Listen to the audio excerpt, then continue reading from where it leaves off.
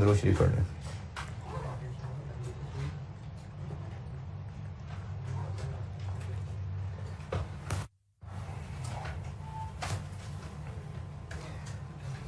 Rectification of error आपसे कहा था, मैं इखलाकन एक और करा दूंगा सवाल, तो अब इखलाकन एक कराना है। मैं इखलाक का चूँकि बड़ा अच्छा इंसान हूँ तो 2 करा देता हूँ। Question 3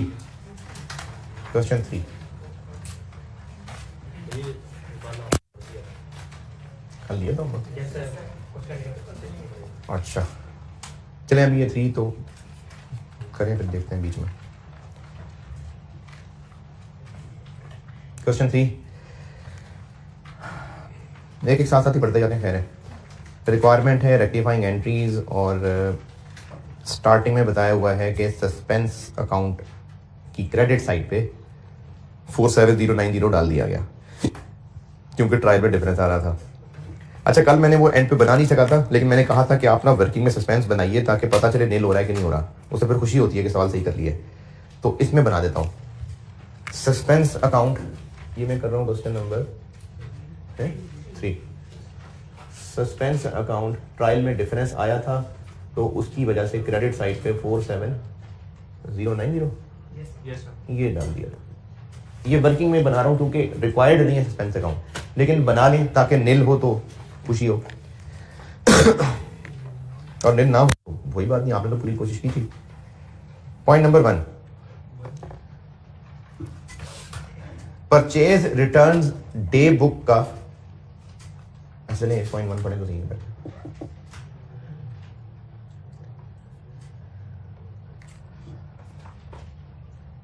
purchase return day book का टोटल किया था कॉलम का, और उस टोटल को जब पोस्ट करने लगे तो भूल गए, नहीं किया पोस्ट। तो वो टोटल कहाँ पोस्ट करना था, देखना पड़ेगा कि कंट्रोल अकाउंट बनते हैं कि नहीं बनते। सवाल में कहीं, वैसे तो आपने पूरा सवाल नहीं पढ़ा, लेकिन अगर नजरें भी मारने तो कहीं ऐसा ये नहीं कहा कि कंट्रोल अकाउंट बनते हैं नहीं बनते हैं, तो बाय डिफॉल्ट नहीं बनते। तो फिर इस टोटल का कहाँ कहाँ असर गया या जाना था, सिर्फ परचेज रिटर्न अकाउंट में, क्योंकि इंडिविजुअल सप्लायर्स में तो एक एक ट्रांजैक्शन जानी थी। जब कंट्रोल अकाउंट नहीं बनते तो उस बुक का टोटल सिर्फ cell purchase return cell return में जाता है। कस्टमर सप्लायर्स में तो इंडिविजुअल ट्रांजैक्शन जारी होती हैं। तो इसलिए ये टोटल अगर लिखना भूल गए तो कहां मसला हुआ, सिर्फ परचेज रिटर्न अकाउंट का मसला है। कल जो सारी कहानी बताई थी, परचेज रिटर्न डे बुक का column total purchase return account में जाना था और एक एक करके परचेज रिटर्न इंडिविजुअल सप्लायर्स में जानी थी। तो टोटल की गलती हुई है कि टोटल हम आगे ले जाना भूल गए। तो जहां ले जाना था वहीं नहीं गया ना, तो कहां ले जाना था, बस सिर्फ परचेज रिटर्न अकाउंट में लेके जाना था। तो परचेज रिटर्न में नहीं गया, अब ले जाते हैं परचेज रिटर्न क्रेडिट और सस्पेंस डेबिट 16160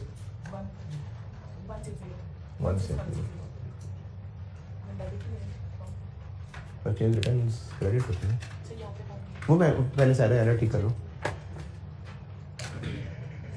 ये वाली बात आई समझ के नहीं। कल जो मैंने सारे वो कंट्रोल अकाउंट की कहानी बताई थी ना, तो जब कंट्रोल अकाउंट नहीं बनते तो उस बुक का टोटल सिर्फ परचेज या परचेज रिटर्न या सेल रिटर्न में जाता है और इंडिविजुअल अकाउंट में एक एक ट्रांजैक्शन जारी होती है। तो अगर टोटल से रिलेटेड कोई मसला हुआ है तो वो क्रेडिटर डेटर में नहीं हुआ है, सिर्फ परचेज रिटर्न में नहीं लिखा गया था, अब लिख दिया। नंबर 2, डिस्काउंट रिसीव्ड था असल में, लेकिन वो डिस्काउंट अलाउड अकाउंट में डेबिट कर दिया। डिस्काउंट रिसीव्ड था असल में, लेकिन वो लिखते हुए डिस्काउंट अलाउड अकाउंट में जाके लिख दिया। इन्होंने कहा है डेबिटेड, अगर डेबिटेड ना भी कहते, ये लिखा होता कि डिस्काउंट रिसीव्ड था, had been posted to discount allowed account, तो डेबिट ही गया होता। तो डिस्काउंट अलाउड में फालतू डेबिट चला गया, क्रेडिट कर दें। असल में वो डिस्काउंट रिसीव्ड में जाना चाहिए था। कितना, असल में वो डिस्काउंट रिसीव्ड था, डिस्काउंट रिसीव भी क्रेडिट और सस्पेंस डेबिट 22।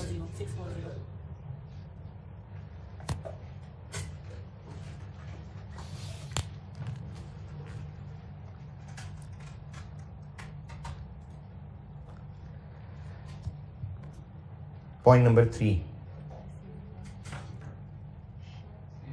सेल्स अकाउंट यानी सेल्स का टी अकाउंट अंडर कास्ट हो गया, हैड बीन एडेड शॉर्ट यानी टोटल कम हो गया। सेल्स का अकाउंट, सेल्स अकाउंट 10,000 से कम टोटल हो गया, क्योंकि बैलेंस स्टाइल में लिखने थे तो सेल्स अकाउंट 10,000 कम गिना गया, तो और कर दें क्रेडिट डेबिट, क्योंकि सेल्स तो है ही एक इनकम, क्रेडिट होती है। सस्पेंस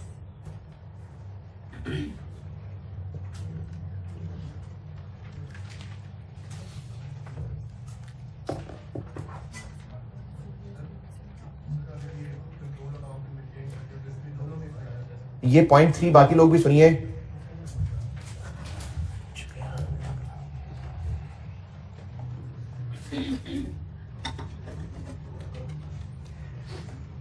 ये बाकी लोग भी सुनिए एक बार ध्यान से।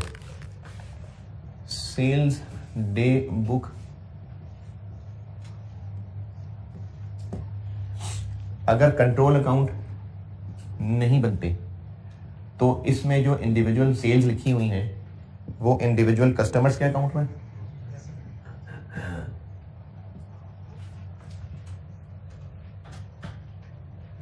और इस सेल का टोटल सेल्स अकाउंट में।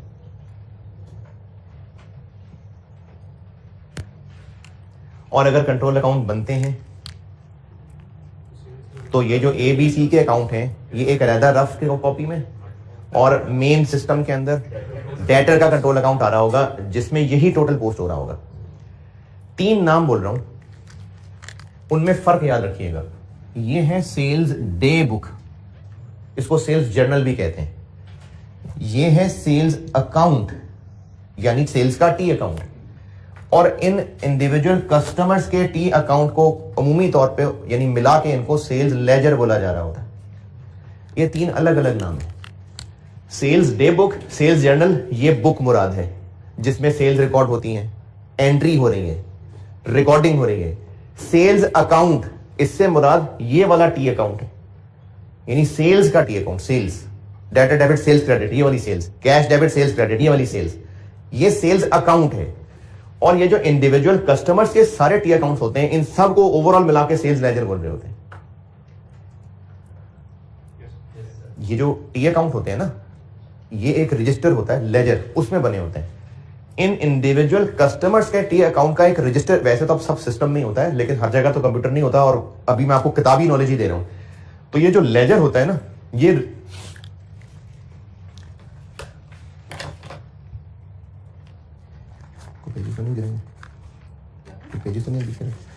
ये एक रजिस्टर है।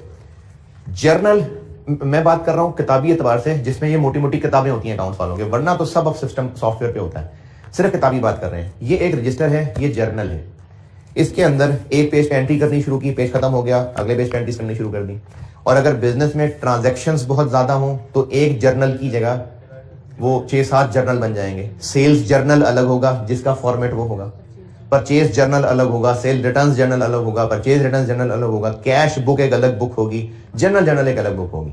ये होता है जर्नल या बुक्स ऑफ एंट्री। इसमें रिकॉर्डिंग हो रही होती है। फिर अलहदा रजिस्टर होते हैं जिनको लेजर कहते हैं, वो भी एक रजिस्टर है। उसके अंदर क्या होता है, ये एक टी अकाउंट है, ये डेबिट साइड या क्रेडिट साइड, सेल्स का अकाउंट, सेल रिटर्न्स का अकाउंट, रेंट एक्सपेंस का अकाउंट, डिस्काउंट अलाउड का अकाउंट, रिपेयर का अकाउंट, फर्नीचर का अकाउंट, जितने भी टी अकाउंट होते हैं इस रजिस्टर को लेजर कहते हैं।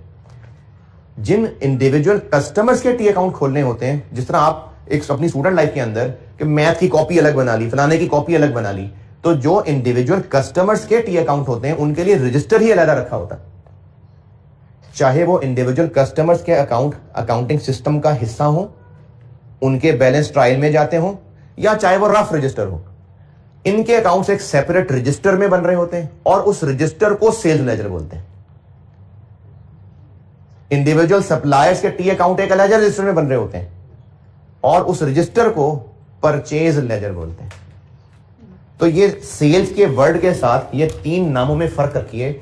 सेल्स अकाउंट मतलब सेल्स का टी अकाउंट, जैसे सारे 50 हजारों टी अकाउंट होते हैं फर्नीचर का टी अकाउंट जो आज तक बुक्स अकाउंटिंग में करते आ रहे हैं, डेटर्स का टी अकाउंट, क्रेडिटर्स का टी अकाउंट, रेंट का टी अकाउंट, पीपी का टी अकाउंट जो आज तक बनाते आ रहे थे। सेल्स अकाउंट से मुराद सेल्स का टी अकाउंट, सेल्स जर्नल या सेल्स डे बुक से मुराद ये है और सेल्स लेजर, सेल लेजर से मुराद वो रजिस्टर है जिसमें ये इंडिविजुअल कस्टमर्स के अकाउंट बने हुए हैं। ये तीन अलग अलग चीजें हैं। इस सवाल के पॉइंट नंबर 3 में, error number 3, the sales account had been added short, ये इसकी बात नहीं हो रही है, ये इसकी बात हो रही है। तो कंट्रोल अकाउंट बनते हैं नहीं बनते हैं इसका तो फर्क ही नहीं आ रहा ना, ये तो सिर्फ इस अकाउंट की बात हो रही है। अगर कहा होता ना sales day book added short, फिर देखना होता है कि कंट्रोल अकाउंट बनते हैं कि नहीं बनते हैं। ये लिखा है sales account is added short, इसकी बात होगी। तो सेल्स अकाउंट सिर्फ सेल्स का है तो कम लिखा गया और ज्यादा कर दें, ये सेल्स को और ज्यादा कर दिए। यही पूछ रहे थे ना। पॉइंट नंबर 4,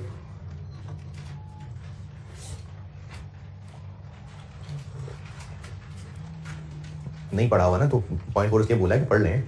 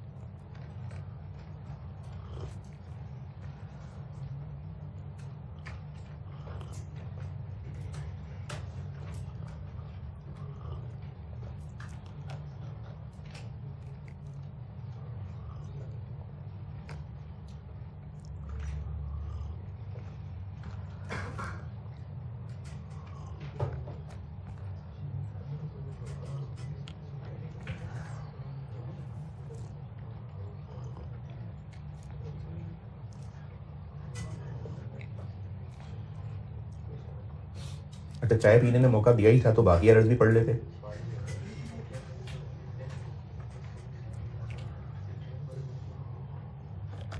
चलिए रहने दें। Point number 4, bank book cash book एक ही बात है।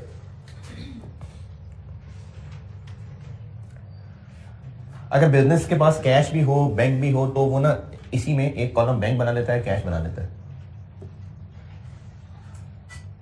तो कैश वाली ट्रांजेक्शन इधर रिकॉर्ड हो रही होती है, बैंक वाली इधर रिकॉर्ड हो रही होती है। ये कैश बुक है, एक एसेट बेचा और ये रिसीट साइड है, ये पेमेंट साइड है। कितने का बेचा? तो ये हमने एसेट डिस्पोज ऑफ कर दिया। कितने पैसे मिले? क्या बोला? 1500।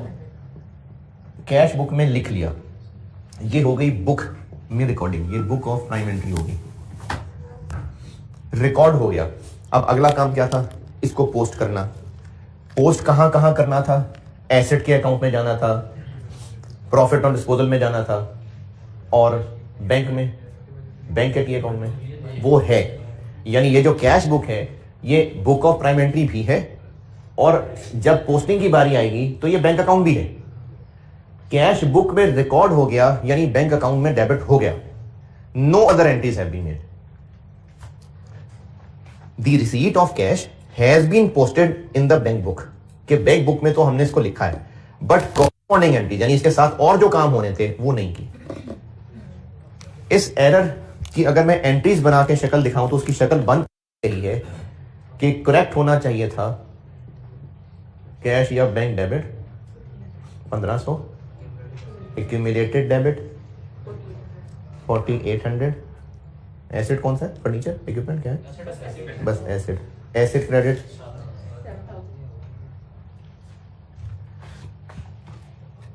48 नहीं 5800।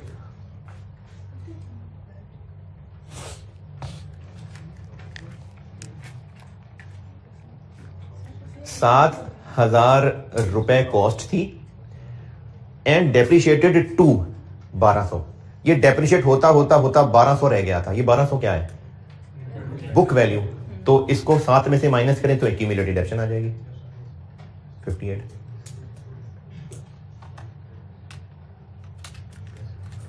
डेप्रिशिएटेड 1200, ये बुक वैल्यू है, तो -7 में से करेंगे तो ये 5800 एक्यूमुलेटेड आ गई। और इस पे प्रॉफिट है लॉस है? प्रॉफिट है 300 का। ये बनती है असल में ट्रांजैक्शन। लेकिन रॉन्ग ये हुआ कि कैश या बैंक डेबिट हुआ पड़ा है, बस ये हुआ। अच्छा, ये कैसे हो सकता है कि डेबिट किया हो क्रेडिट खाली छोड़ दिया?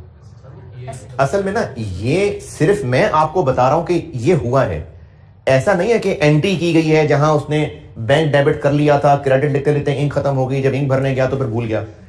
इस शक्ल में तो एंट्री हुई नहीं है। हो असल में क्या रहा है, बुक्स हैं, बुक्स ऑफ प्राइम एंट्री, यहां इसको रिकॉर्ड किया गया। फिर अगला काम था इससे आगे पोस्टिंग करनी थी, तो वो अभी बुक में लिख के ही बैठा था, पोस्टिंग एक अलग काम था, वो भूल गया। ये जो मैंने रॉन्ग इस शक्ल में बना के दिया है ना, इसका मतलब ये नहीं है कि जर्नल के अंदर उसने एंट्री की, डेबिट कैश लिख लिया था, क्रेडिट नहीं लिखा। ये तो रिजल्ट है जो निकला है, यानी इस हरकत का रिजल्ट ये निकला हुआ है कि बैंक डेबिट हुआ हुआ है, बस, और कुछ भी नहीं हुआ हुआ। जो काम हुआ है उसको मैं सिर्फ इस शक्ल में बना के दिखा रहा हूं आपको, ताकि आप रॉन्ग और करेक्ट कंपेयर करके रेक्टिफाइंग बना सकें। तो रेक्टिफाइंग ये हो गया, बस, बाकी नहीं हुआ। तो बाकी अब कर देते हैं। एक्यूमुलेटेड डेबिट नहीं हुई, अब कर दें 58। एसेट क्रेडिट नहीं हुआ 7000। प्रॉफिट ऑन डिस्पोजल क्रेडिट नहीं हुआ 300।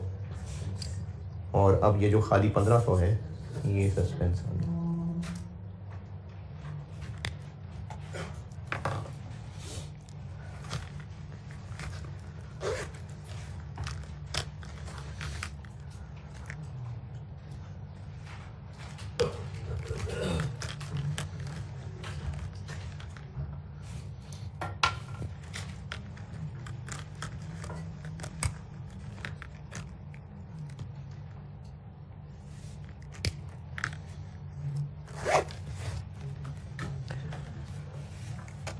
नंबर 5,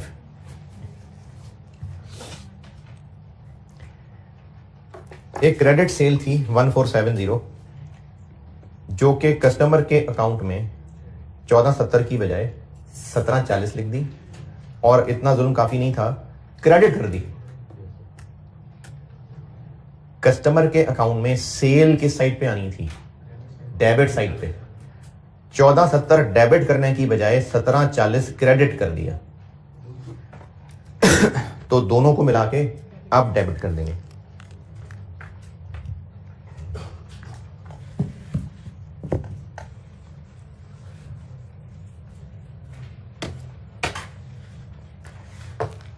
अच्छा, ये बात जो मैंने अभी की थी, इसको दोबारा करता हूं। रॉन्ग ये हुआ कि डेटर को डेबिट करना था, क्रेडिट कर दिया 1700, और सेल्स के बारे में कुछ नहीं कहा, तो वो सही होगी। यानी अकाउंटेंट ने ये एंट्री की होगी और उसको अजीब नहीं लग रहा होगा ये करके।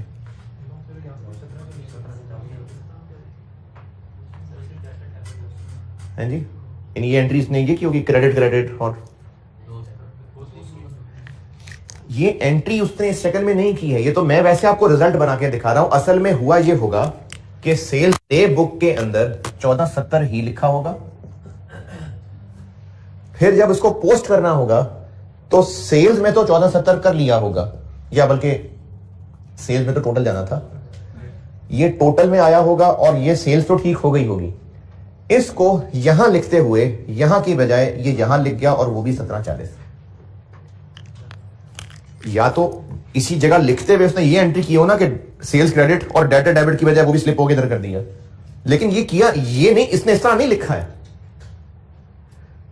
ये बात समझ आ रही है कि ये नहीं, इसने इस तरह से नहीं किया है, उसने जर्नल में नहीं इस तरह की एंट्री लिखी क्रेडिट क्रेडिट। ये तो जो हुआ है वो मैं इस शक्ल में आपको बता रहा हूं कि एंड रिजल्ट ये निकला हुआ है उसका।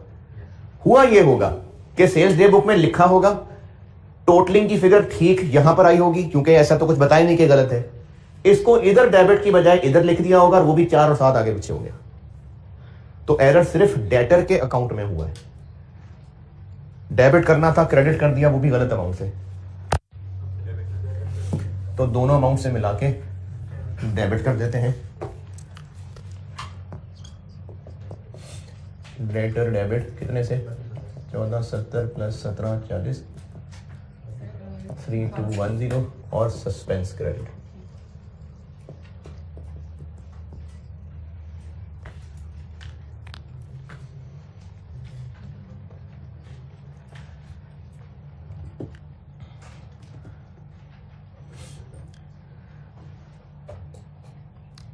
Bad debt of 1560 has to be written of.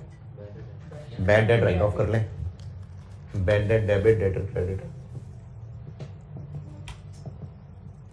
कितना,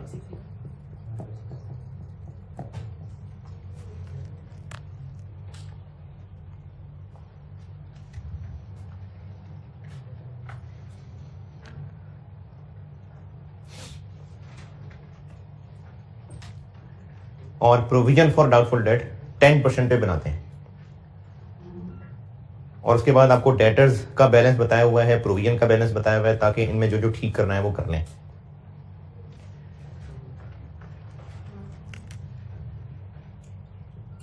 डेटर्स का इस वक्त गिवन बैलेंस क्या है 23,390 और प्रोविजन फॉर डाउटफुल डेट का इस वक्त गिवन बैलेंस क्या है 2320। हमने गलतियां ठीक की हैं ये, एक डेटर को किया है डेबिट और एक किया है क्रेडिट, और लास्ट वाला एरर डेटर का नहीं है, वरना पहले लास्ट वाला एरर भी ठीक करते हैं। डेटर सही कितना हो गया, अब सही डेटर्स कितने 25,040। अगर सही डेटर्स ये हैं तो प्रोविजन भी फिर सही कितनी होनी चाहिए 10%।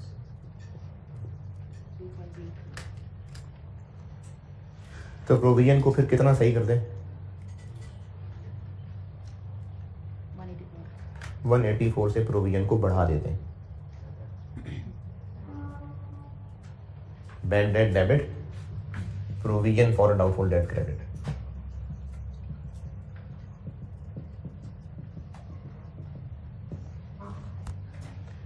प्रोविजन फॉर डाउटफुल डेट का भी बैलेंस बताया हुआ था, डेटर का भी बैलेंस बताया हुआ था। डेटर को सही किया तो प्रोविजन भी सही होगी, तो प्रोविजन इतनी सही होगी।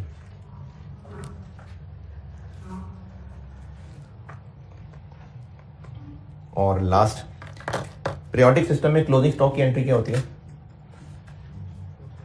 पीरियोडिक सिस्टम में इन्वेंट्री डेबिट और cost of sales credit. Periodic system closing stock गिना जाता है, उसकी वैल्यू निकाली जाती है और फिर उसकी एंट्री होती है inventory debit cost of cell credit. Point number 6 में लिखा हुआ है कि गिनने वाला जब गिन रहा होगा, ये लिखा तो नहीं है कि गिनने वाला गिन रहा होगा, लेकिन स्टॉक की लिस्ट क्यों बन रही होगी, जो गिन रहा होगा वो लिस्ट बना रहा होगा। तो लिस्ट ऑफ क्लोजिंग स्टॉक का मतलब है गिनते गिनते जो उसने लिस्ट बनाई हुई है। अच्छा, वो बहुत सारे पेजेस हो सकते हैं, तो हर पेज का शायद वो टोटल करता हो, तो एक पेज का एक टोटल था, जो था तो असल में 29,830।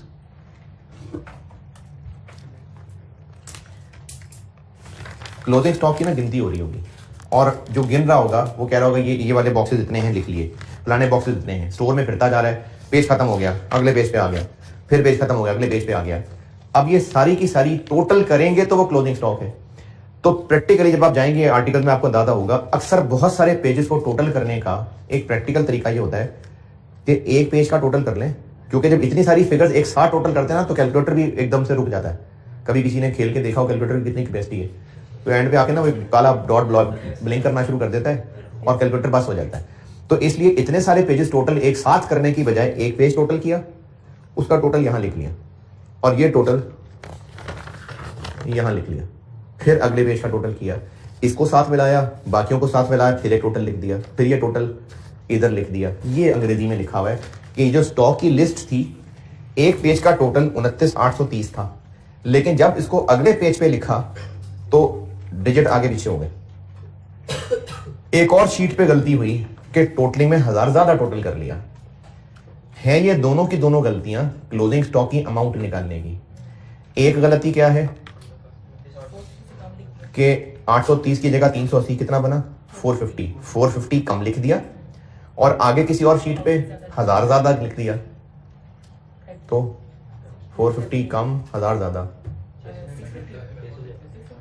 तो 550 ज्यादा लिख दिया। 830 था असल में, 380 बना दिया, 450 ये कम किया और अगले किसी पेज को 1000 ज्यादा गिन लिया, तो 1000 ज्यादा गिना हुआ है, 450 कम गिना हुआ है, नेट 550 ज्यादा गिन लिया हुआ है, तो क्लोजिंग स्टॉक 550 से ज्यादा कर लिया हुआ है। तो रिवर्स कर देते हैं, कॉस्ट ऑफ सेल्स डेबिट और इन्वेंट्री क्रेडिट।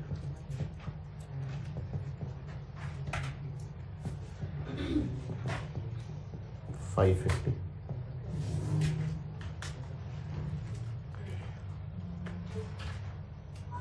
और एरर्स हो गए सारे ठीक। और अपनी तसल्ली के लिए सस्पेंस अकाउंट बना के देख लेते हैं। ये सस्पेंस हो रहा है डेबिट, इधर फिर डेबिट हो रहा है, फिर डेबिट हो रहा है, फिर डेबिट हो रहा है, क्रेडिट हो रहा है। बस देखें,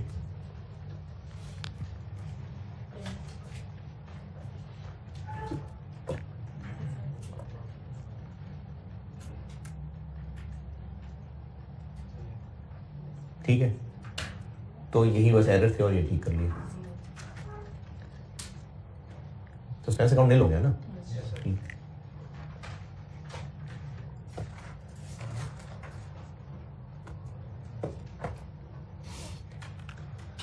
जी सारा ये सारी वर्कें 104 लेक्चर लगा लेना यार दोबारा जाके। तो ये सारी है ना, डेटर्स का बैलेंस दिया हुआ है, सवाल में दिया हुआ है, और प्रोविजन फॉर डाउटफुल डेट का भी दिया हुआ है। डेटर में हमने एडजस्टमेंट्स की हैं ये, तो सही डेटर्स का बैलेंस ये नहीं ये है। जब हम डेटर सही करेंगे तो फिर प्रोविजन भी तो अकॉर्डिंगली ठीक करनी पड़ेगी। प्रोविजन इसका 10% ये, तो अभी इस वक्त ये है, इसको ये करना है, तो और बढ़ाना है ना, तो ये बढ़ा दिया। एरर्स के सवालों में पहले भी मैंने ये कहा था कि जो डेटर्स में एडजस्टमेंट करेंगे, सवाल में अगर प्रोविजन की परसेंटेज है तो डेटर्स में जितनी एडजस्टमेंट की है प्रोविजन में भी एडजस्टमेंट होगी। पहले किया भी है 1-2 सवालों में। तो इस सवाल में चूंकि आपको बैलेंस ही बता दिया था, तो अब ज्यादा एक्यूरेट हम देख पाएंगे कि कितनी एडजस्टमेंट करनी है। चलें एक अखलाक का एक सवाल और देख लें, लेटेस्ट देख लेते हैं। 11 पे आए, आखिर में आ जाए नोट्स। ये भी रिसेंट यही आया है। क्वेश्चन नंबर 11,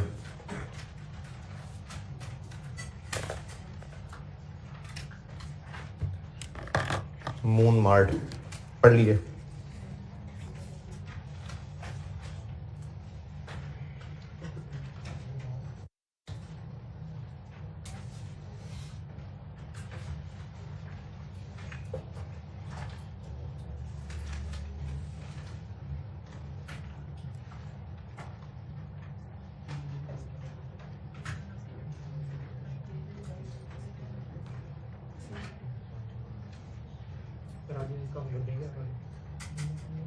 अब बाकी जो रहेंगे वो मर्जी है, करते जाएं।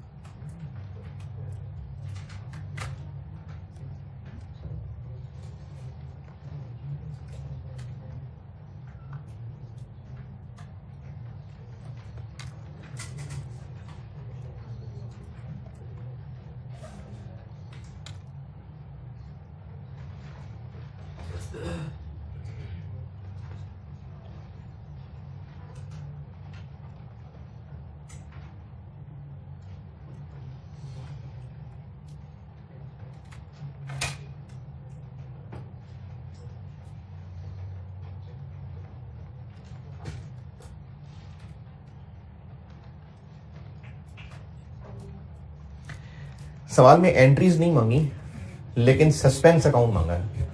तो ज़बानी एंट्रीज करनी है ज़बानी कर लें, वर्किंग में करनी है वर्किंग में कर लें, गलत करने से बेहतर है वर्किंग में एंट्रीज कर लें। मांगा सस्पेंस अकाउंट है बस। तो suspense account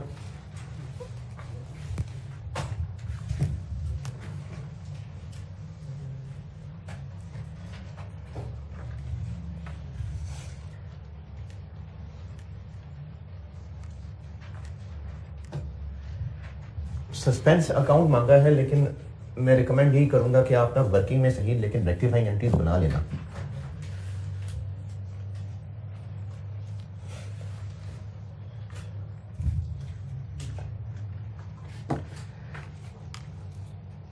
suspense account question number 11। Suspense account trial में डिफरेंस आया और सस्पेंस क्रिएट कर दिया किस साइड पे? 215। पहला error, return outward return inward, ये क्या नाम होते होंगे? रिटर्न आउटवर्ड वापस कर रहे हैं परचेज रिटर्न, रिटर्न इनवर्ड हमें वापस आ रही है। तो असल में थी परचेज रिटर्न, लेकिन वो सेल रिटर्न में डेबिट पोस्ट कर दी। रिकॉर्ड इसको बुक में किया होगा, लेकिन पोस्टिंग करते हुए रिटर्न आउटवर्ड के टी अकाउंट की बजाय रिटर्न इनवर्ड, यानी परचेज रिटर्न के टी अकाउंट की बजाय सेल रिटर्न के टी अकाउंट में डाल दिया। सेल रिटर्न चूंकि डेबिट होती हैं तो इसलिए उसने डेबिट पे कर दी हुई है, और परचेज रिटर्न्स करनी चाहिए थी, असल में इसने नहीं रिकॉर्ड की। तो परचेज रिटर्न्स अब कर लेते हैं रिकॉर्ड, 18,000 है 100 है, और सेल रिटर्न जो डेबिट फजूल में कर दी हैं वो क्रेडिट कर देते हैं, और डेबिट सस्पेंस।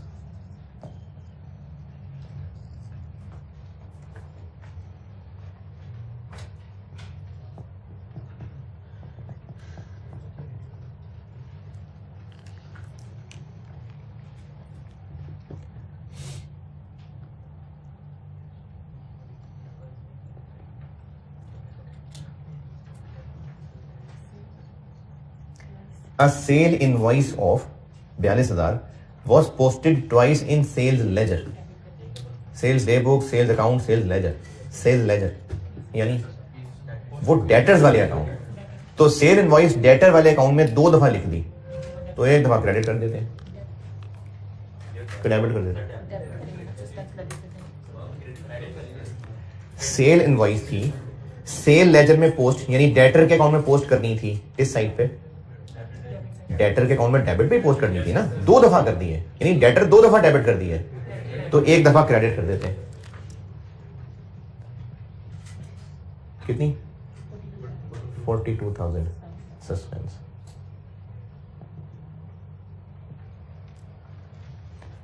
सेल्स लेजर यानी डेटर्स के टी अकाउंट, उस पूरे रजिस्टर को सेल्स लेजर कहते हैं। तो उसमें पोस्ट करना था, मतलब डेटर के डेबिट साइड पे ले जाना था, 2 दफा ले गए, इसलिए एक दफा credit.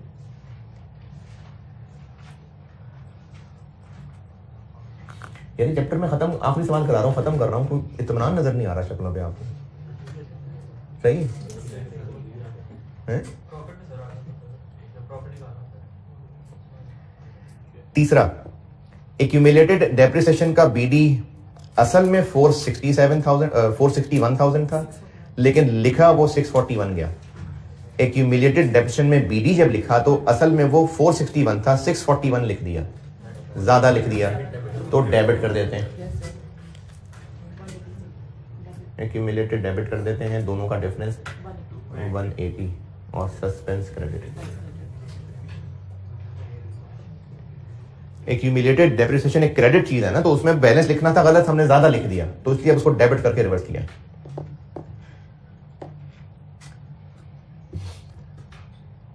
Point number 4, general ledger.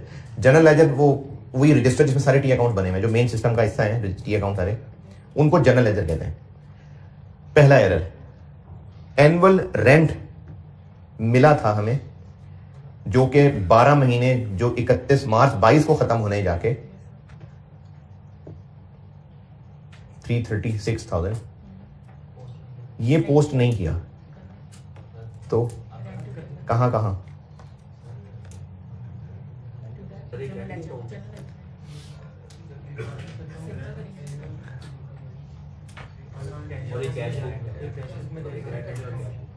Cash book में तो लिखा गया ना, following entries in cash book. Point number 4 जहां से शुरू हुआ है, following entries in cash book, यानी बैंक डेबिट हो गया है। दूसरा अकाउंट है जो क्रेडिट होना था, नहीं हुआ, क्योंकि जो कैश बुक है वो बुक ऑफ प्राइम एंट्री भी है, क्योंकि उसमें चीजें रिकॉर्ड होती हैं, और जब पोस्ट करने लगते हैं तो फिर वो कैश बैंक का टी अकाउंट भी वही है। तो following entries in cash book, तो कैश बुक में रिकॉर्डेड है, यानी कैश और बैंक के टी अकाउंट में है ऑलरेडी, दूसरे वाले में नहीं गया। तो इस 336 की अगर मैं एंट्री की शक्ल बनाऊं, यानी उसका एंड रिजल्ट जो बता रहा हूं, उसका एंड रिजल्ट ये बनता है कि कैश डेबिट 336, रेंट इनकम। अच्छा, या तो ज्यादा सारी एंट्रीज बना के बताऊं या कॉन्सेप्चुअली, चूंकि चीज अब समझ चुके हुए हैं तो मैं इसी में तोड़ देता हूं कि इस 336 में से 9 महीने इनकम बनने चाहिए, बाकी तो एडवांस है। ईयर एंड क्या है? हाँ, तो ये तो मार्च तक जा रहा है, तो इसमें से 9 महीने जो इनकम बननी चाहिए, बाकी तो एडवांस है।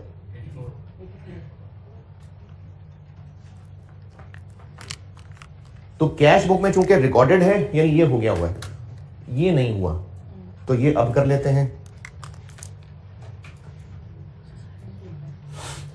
रेंट इनकम 252, एडवांस रेंट 84 और सस्पेंस 336।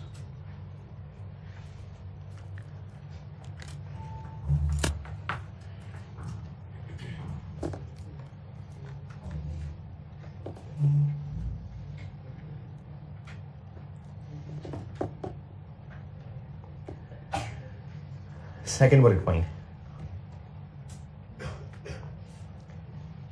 इक्विपमेंट खरीदा था, इक्विपमेंट डेबिट, कैश क्रेडिट। तो कैश तो क्रेडिट हुआ है, इक्विपमेंट डेबिट नहीं हुआ। अब कर लेते हैं, इक्विपमेंट डेबिट 220 और कैश ऑलरेडी हुआ है। और जब भी पीपीई की गलती ठीक करेंगे, बारिश हो रही है, जब भी पीपीई की गलती ठीक करेंगे और सवाल में डेप्रिसिएशन की इंफॉर्मेशन भी होगी, तो डेप्रिसिएशन भी ठीक करेंगे, सबसे लास्ट में बताया हुआ है, तो फिर डेप्रिसिएशन की भी एंट्री होगी।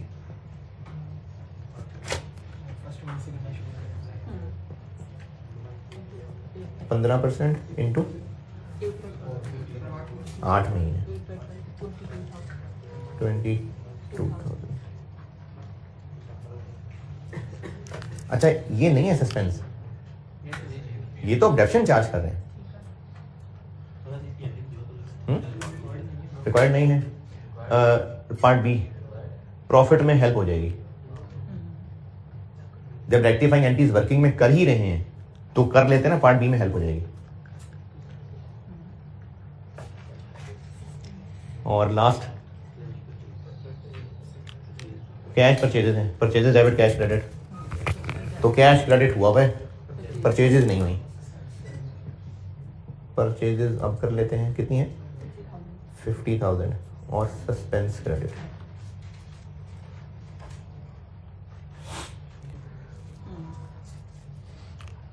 अब ये सारा कुछ वर्किंग से उठा के यहाँ डाल देते हैं। नंबर 2 में भी सस्पेंस डेबिट हो रहा है 42,000, 3 में क्रेडिट हो रहा है 180,000 और 4 में डेबिट हो रहा है रेंट 336, सस्पेंस में तो पूरा 336 ही है ना, और इधर इक्विपमेंट क्रेडिट हो रहा है 220 और फिर क्रेडिट हो रहा है 50,000। ये नील नहीं होगा, किस साइड पे? इधर आ रहा है, इधर आएगा कितना? ये जो 179 है ये अकाउंटेंट पैसे ले गया। ये जो है ना लॉस फ्रॉम एम्बेजलमेंट, ये एम्बेजलमेंट, खुर्द बुर्द, फ्रॉड इसको कहते हैं। तो वो कह रहा है जितना भी इसमें डिफरेंस आए वो ले गया अकाउंटेंट पैसे, फुर्द हो गई, फ्रॉड हो गया, तो ये लॉस आ गया बैलेंसिंग फिगर। यानी suspense account credit, loss on embezzlement debit. यहां कुछ लिखना है तो करनी तो फिर भी एंट्री ही है ना, तो लॉस ऑन एम्बेजलमेंट डेबिट और सस्पेंस क्रेडिट।